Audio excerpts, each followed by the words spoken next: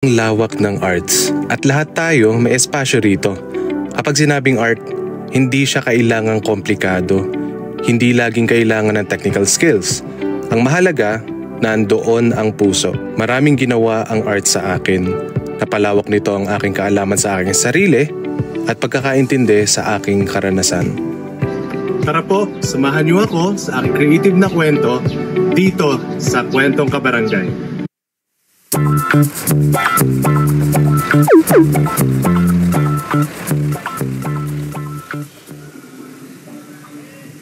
I-welcome po natin sa dito lamang sa LTE ang magtuturo po sa atin kung ano nga ba ang mixed media art.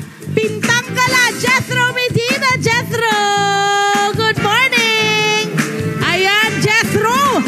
Unang-una, gusto kong malaman mula sa'yo kasi ang daming klase ng arts, diba? Pero yung sa'yo, mixed media, anong ibig sabihin nun? So ang mixed media, pwede siyang gawin sa 2D art or 3D art.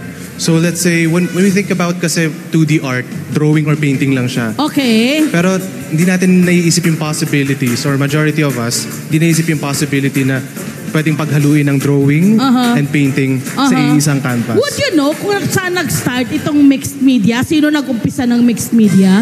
Not quite, pero I think nagsimula din siya sa modern art or even the classical period na gumagamit ng iba't ibang materials para, kasi pag sinasabi natin materials, may materiality siya eh. Okay. And limited yung nabibigay nung material in terms of texture, depth, or contrast. Oo. So, may karakter, ano? May character, and at the same time, yung mga akala rin natin na pwede nating itapon, pwede pala siyang gamitin for art. Yes, ate. Oo.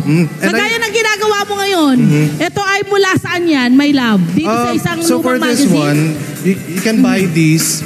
Well, syempre, sabihin ko na lang sa inyo, if you follow me on Instagram at jethro.medina.art, and i-forward ko sa inyo yung mga tindahan na pwede yung pagbilihan, local stores, para masuportahan din naman natin sila. Ang ganda ng ano mo, ng pangalan mo sa social media, Pintang Gala. Bakit Yes, Pintang Gala? Pintang Gala. Pagala-gala ka ba? Yes. Ayun! Okay. Yes.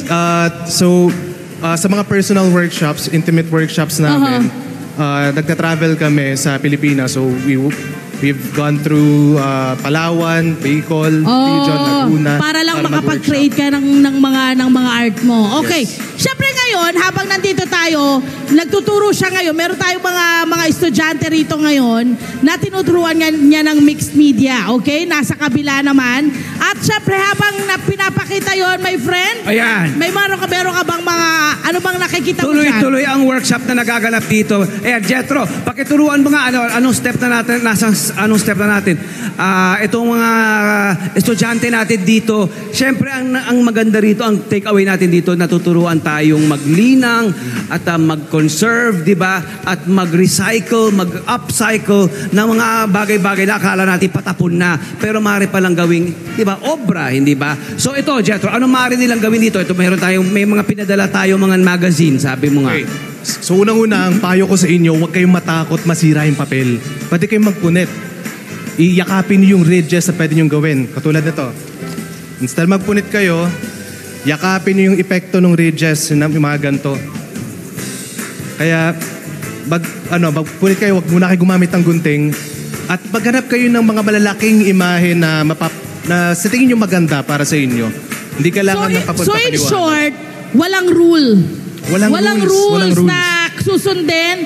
Basta kung ano yung pakiramdam mo, ano yung gusto mong makita sa obra mo, your call. Ganon ang gagawin. Yes. Okay. Yes. Ngayon, Jethro, gusto ko ano bang ginagawa nila? Ano ba pinapagawa natin sa So kanila? ngayon, mag-navigate lang kayo ng mga imahe sa mga magazines, sa mga old books. At tingnan nyo yung parang pwede nyong i-establish na environment sa inyong canvas. So wag muna kayo mag-focus sa mga maliliit na imahe. Okay? Pwede din kayo gumamit dito ng mga resibo, mga diary o letters sa crush nyo. Diba? Pwede nyo gamitin yun.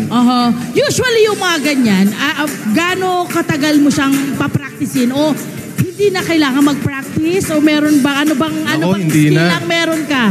Hindi na, kasi this is not academic drawing or painting where kailangan nilang magpinta or mag-practice ng piano for 4 hours a day. Dito, kailangan nyo lang mag-express. Para isipin nyo para tong diary. Magsusulat kayo ng diary, but instead of text. Ito natin mangyari. Oh. Okay, so ito. May isang sample dito. Ito yung sample. Yan. Ayan. Sa mga nagtatanong, sa mga nagtataka kung anong ginagawa nila, yung makakaka-tune in lang ngayon sa atin. Ayan. So, mixed media, of course, the sky's the limit, endless possibilities, di ba? Imahinasyon nyo talaga ang inyong puhunan dito. Mga magazine, makita nyo lang may kulay at akala nyo patapon na pwede nyo i-repurpose. Tignan nyo naman yun, ang ganda, may bagong istorya. Correct. Okay. Ano ang importansya ng ganitong klase ng art? So, importansya dito ay para lang, of course, mag-repurpose sa mga gamit na sa tingin nyong inaamag na sa mga cabinet. So, sa paraan na to, nagiging nature-friendly tayo. And of course, we're being more inclusive sa art making. At hindi lang sa mga magagaling gumawa, kundi sa simply tao tayo. Kaya it's essential ang art making. And sa totoo buhay, you really offer mga ganitong workshop? Yes, Ate Love. Talaga? Kahit sino pwedeng sumali or Kahit paano, may sino. requirement ka ba? May mga workshops nga kami na may mga batang gumagawa sa isang table. Okay. At mga ibang, sa kabilang table, mga young working professionals.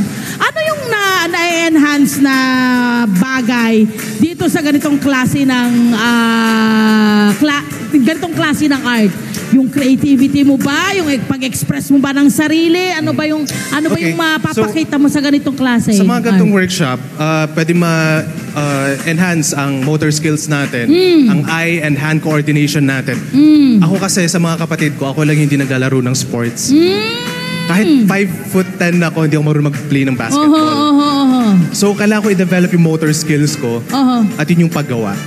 Jethro, gaano ka-importante ang matutuhan nito ng mga kabataan na magkaroon ng sining sa buhay, umpisahan sa kabataan? Kasi sa mga bata, hindi lang naman kailangan na maging aspiring artist kayo eh. Sa mga bata, especially sa mga magulang na sinasabi nilang hindi makapagkwento ang kanilang mga anak, pwede silang gumamit ng mixed media or collage para ma-communicate nila ang kanilang nararamdaman. Kung ikaw itatanungin ng mga kabataan, anong definition mo ng sining o art para sa'yo? Kung para ma-articulate mo sa kanila. Okay, so sa mga bata, art is a form of communication. It's a visual language. Yeah. So dapat lahat tayo nagde-develop din ng skill or fluency na magsalita ng visual language.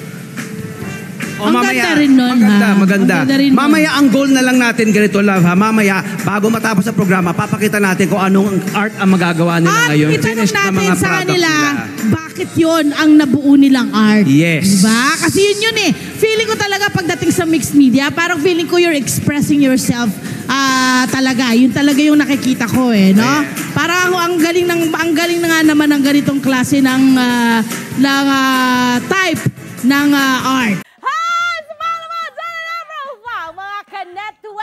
This is Love Anyover po. For more love, Tunipet, and Song updates, just click the subscribe button and follow us on our Net25 social media pages at Net25 TV and Net25 Entertainment Facebook. See ya. I love ya.